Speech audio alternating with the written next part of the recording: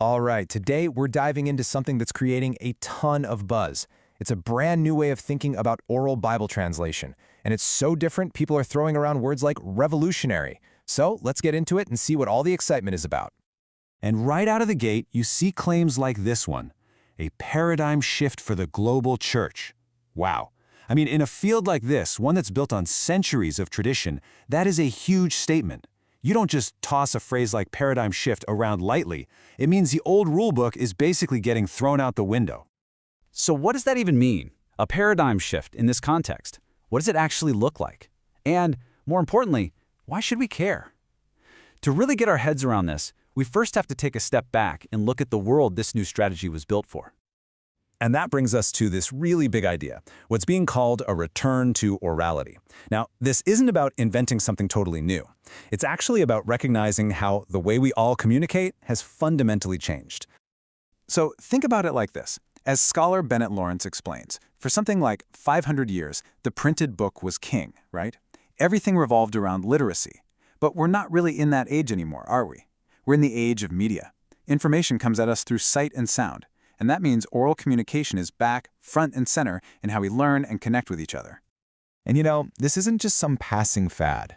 Tom Steffen makes it clear that this has been building for a long time. We're talking about a movement that's been growing for 40 years. It started with rediscovering the power of telling stories, and now it's evolved into something much, much bigger, translating the entire Bible orally.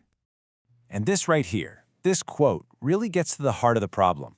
A village elder in Africa tells a reverend, "The books don't speak to us." Wow, that just says it all, doesn't it? For literally billions of people who come from oral cultures, a printed book, no matter how perfectly translated, can feel, well, foreign. The real challenge is finding a way to make the message feel alive, like it's actually speaking to them. Okay, so how exactly does this new approach tackle that huge challenge? Well, it's a lot more than just, reading things out loud. We're talking about a really sophisticated toolkit, pulling from all these different academic fields to make sure the translation is deep, it's accurate, and it actually changes things. I mean, just look at this list. This is not what you typically think of when you hear translation, right? We're talking cognitive neuroscience, critical pedagogy, oral hermeneutics. These are heavy-hitting academic fields. It's all about understanding how our brains actually process stories and language. This isn't just art. It's backed by some serious science. And that intellectual horsepower is really what makes it so effective. Okay, let's zoom in on one of these metacognitive scaffolding. Sounds complicated, but the idea, as Dr. Jack Serra points out, is pretty straightforward. It's not about just handing someone a final answer. It's about teaching people how to think for themselves, how to build their own understanding from the ground up.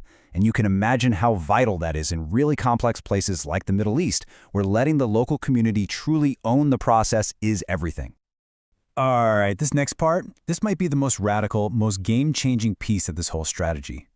It all comes down to redefining what even makes a translation good in the first place. For so long, the gold standard was all about textual precision. Was every single word technically perfect? That was the main question. But what Dr. Craig Kraft is suggesting here is a total shift in focus. Instead of just looking at the words on a page, the new metric looks at the people. It asks a fundamentally different question.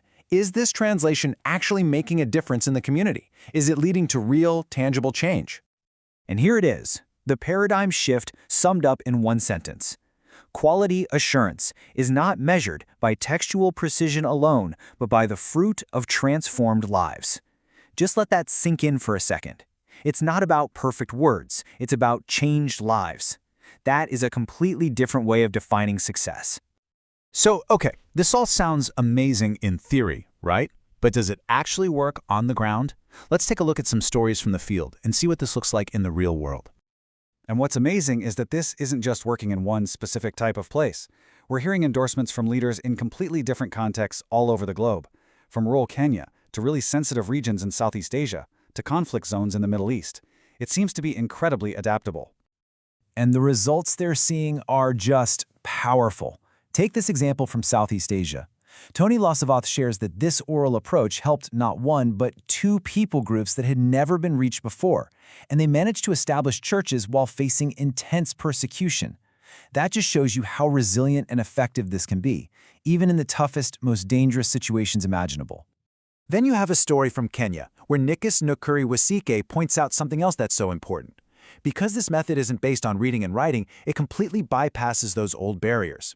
It's empowering local leaders, people from rural backgrounds who might not have had a lot of formal schooling, to step up and take charge of the translation for their own people. It's true ownership. So as we start to wrap this up, let's zoom out a little and think about the big picture here, and especially about the kind of person it takes to drive this kind of change. When you listen to how people describe the innovator behind all this, a clear picture emerges. They're called a disruptor, someone willing to challenge the old way of doing things, a practical visionary, not just dreaming, but actually building the future.